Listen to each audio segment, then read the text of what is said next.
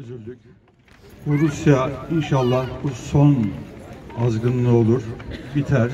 Umuyoruz. Dünyada bunu bitirmek zorunda. Şimdi ben aynı şeyleri tekrarlamayacağım. Oradaki ölen kahramanlara hepsinin mekanı cennet olsun.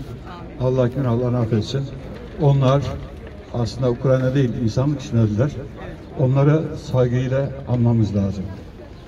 Biraz daha size yüreklendirmek için başka kronolojik olarak birkaç kelam etmek istiyorum. Şimdi sayın Ukraynalı yengelerimiz, siz bizim Kırım Tatarlarıyla tam 1650 yıllık komşusunuz. Sizinle bizim tanışmamız Atilla'nın dedesi Balamir milattan sonra 371'de Ungarya'ya gitmesiyle başladı.